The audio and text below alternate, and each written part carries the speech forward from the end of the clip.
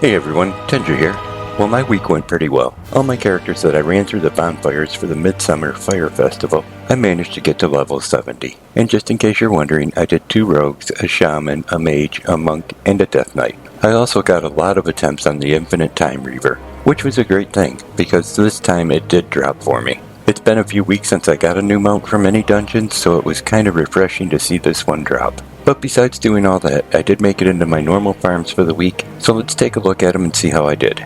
The first thing I went after this week was the Tusks of Mannoroth from the Siege of Orgrimmar. So once I got over to the raid, I set it to Mythic and I worked my way back to Garage. I took him down and got another attempt on my shoulders. I didn't see him drop, but we're getting pretty close to the patch and we'll be able to skip right to the end boss, which is going to be pretty awesome. The next item on my list was the Scythe of the Unmaker. This drops in Antorus the Burning Throne, and I'm after the red version, so I'm doing it on Mythic. So once I got over there, I set it to Mythic, worked my way back to Argus the Unmaker, took him down, and again this week I didn't see a drop. So I'm going to have to hope my luck is a little better next week. After that, the next item I was after was the first mount farm of the week. The mount I'm after is the Hellfire Infernal, and that drops from Nighthold. So I made my way over to the raid, worked my way back to Gul'dan, took him out, got attempt number 57 on the mount. I still didn't see it drop, so this is another one I'm going to come back to next week.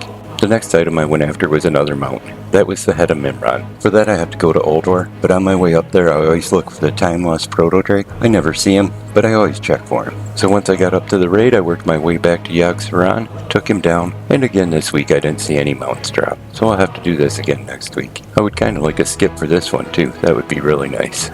So that finished up all my raids. Now I was working on my 5-man mythics. I'm only doing 2 of these at the moment. The first one I'm only doing on 1 character, and that is the Underrot. Out of there I'm after the mount, the Underrot Crawg. So I headed over there and worked my way back to the Unbound Abomination. I took him down, but again I didn't see any mounts drop. So I'll have to come back here next week.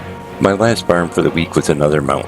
This time I was after the Stalker. That drops in King's Rest, but I do this a little different. I do this as a multi-character farm. If you're not sure what that means, I take 13 characters in every week until I see the mount drop. So let's take a look at them and see how I did.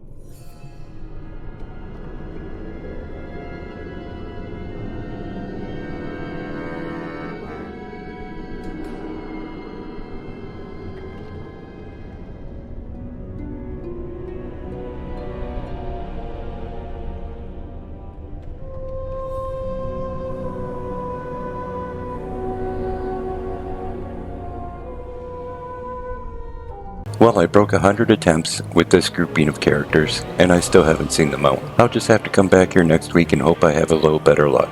But hey, just in case you're wondering this week, I'm wearing the warplate of the Obsidian Aspect. This is a Legion expansion armor, and it comes in 4 variations: Raidfinder, Normal, Heroic, and Mythic. To farm this setup, you'll get most of the pieces out of Nighthold. There are a few pieces that will drop in the Emerald Nightmare, so you'll find yourself having to do that also. If this is something you decide to farm up, all 4 sets do look pretty nice. But hey, if you enjoyed the video, give it a thumbs up. You can click on subscribe. Thanks for coming by and watching it. I'm gonna send a hi out to my best friend, and you all take care.